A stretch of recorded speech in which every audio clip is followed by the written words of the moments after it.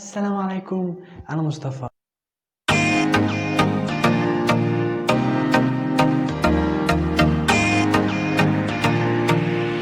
والنهارده يا جماعه هنتكلم عن تسريبات جديده من شركه اوبو. شركه اوبو اعلنت في الخارج عن اجهزتها الجديده الاوبو رينو 5 والاوبو رينو 5 برو. بس خلينا مع ال5 برو عشان ال5 برو تسريباته حماسيه زياده، اما ال5 العادي بصراحه مش قوي. خدكم بقى في تجربه انبوكسنج للموبايل.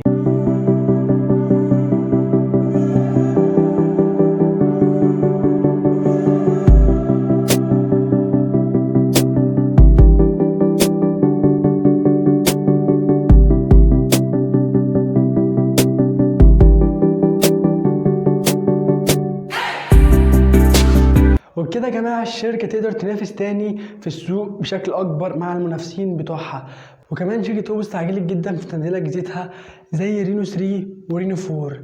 الاجهزه دي ما عرفتش تنافس زي ما شركه اوبو بتنافس في كل سنه مع المنافسين بتوعها، متعوده كل سنه تنافس مع المنافسين بتوعها. كمان يعني مبيعاتهم نزلت قوي، فهم حبوا المره دي ان هم يظبطوا فئاتهم عشان يقدروا ينافسوا بشكل كبير زي كل سنه ما بيعملوا. والناس اللي كانت زعلانه من شاومي انها كاتبه اسمها بوكو اكس 3 على ظهر الموبايل، الفتره الجايه الشركات كلها هتعتمد تكتب اسمها بشكل كبير على ظهر الموبايل، يا اسم البراند يا اسم الشركه.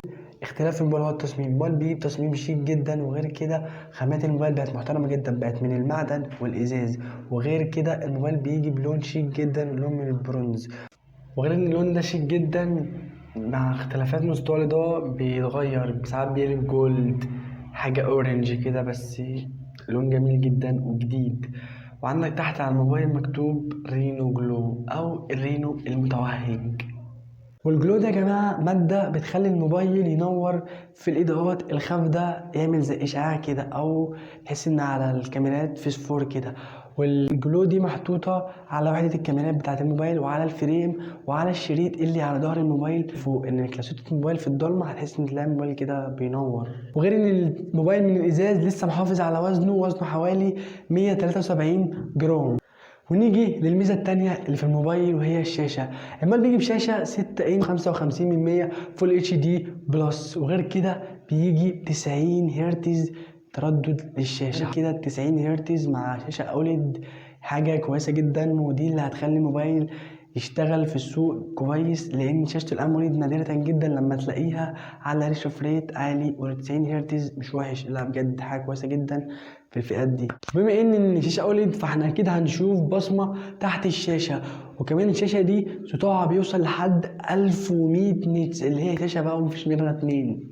وغير كده هتديك تجربه مشاهده جامده جدا. الموبايل يا جماعه بيجي عليه طابعه حمايه جوريلا جلاس 5. ونيجي بقى لأداء الموبايل بيجي بمعالج ميديا تك 1000 بلس 7 نانومتر، والمعالج ده جبار جدا في فئة الألعاب. يعني انت لو بتحب الجيمز هيديك تجربة في الجيمز كويسة جدا. ولا أكد تصحيح كلامي دلوقتي هوريكم واحد بيلعب على الموبايل لعبتين، أنا مش عارف ازاي بس هو بيلعب لعبتين. وزي ما انتم شايفين اهو يا جماعة الموبايل بيشغل لعبتين، أنا مش مصدق والله اللي أنا شايفه.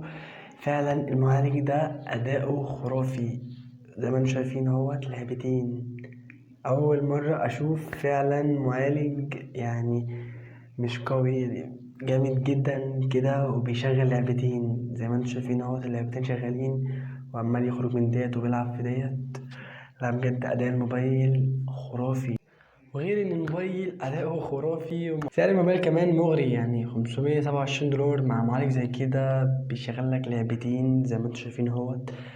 وبالسعر ده فبجد دي صفقة ممتازة جدا، وأوبو هتعرف تنافس من تاني بالموبايل ده. فعلا الموبايل ده فعلا ممتاز جدا، وهيبقى من أحسن الموبايلات اللي هتنزل في السنة دي.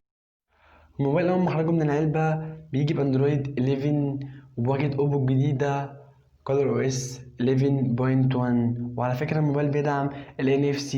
نيجي بقى كاميرات الموبايل. الموبايل بيجي بأربع كاميرات. كاميرا أساسية 64 ميجا بكسل بتيجي في فتحة عدسة f1.7، والتانية ألترا وايد 8 ميجا بكسل، والتالتة للعزل 2 ميجا بكسل، والرابعة 2 ميجا بكسل ماكرو. والكاميرا الأمامية 44 ميجا بكسل بتيجي في فتحة عدسة f2.4. طبعا انا ما قلتش على فتحه العدسات بتاعت الكاميرات التانية عشان مش عارفينها، يعني التسريبات ما جابتهاش كلها بالظبط، جابوا بس تسريب العدسة الأولى بس. والكاميرات دي هتبقى كويسة جدا في الفئات المتوسطة، يعني الكاميرا بتاعت الموبايل ده هتبقى من أحسن الكاميرات في الفئات المتوسطة جدا جدا، وهيستحوذ جدا في الفئات المتوسطة. مساحة الموبايل بقى، الموبايل بيتوفر بجهاز مساحة تخزين تبدأ من 128 جيجا ولحد 256 جيجا مع 8 رام أو 12 رام. كنت أتمنى يكون نوع الذاكرة أحسن من كده شوية، بس الموجود مش وحش، بس كنت أتمنى يكون أحسن من كده عشان الموبايل يبقى أداؤه أسرع من كده. يو اف اس 2.1. ونيجي بقى لبطارية الموبايل. الموبايل بيجي ببطارية 4350 ملي أمبير، ولكن مش كبير قوي زي الكام بنشوفها دلوقتي 5000 واكتر من 5000. بس صاحب الشركة حاطط لك الموضوع فين بقى؟ حاطط لك شاحن 65 واط. طبعا كلنا جربنا الشاحن دوت مع ريلمي 7 وريلمي 7 برو، هيشيلك الموبايل من 0 ل 100 في حوالي 40 دقيقة بس.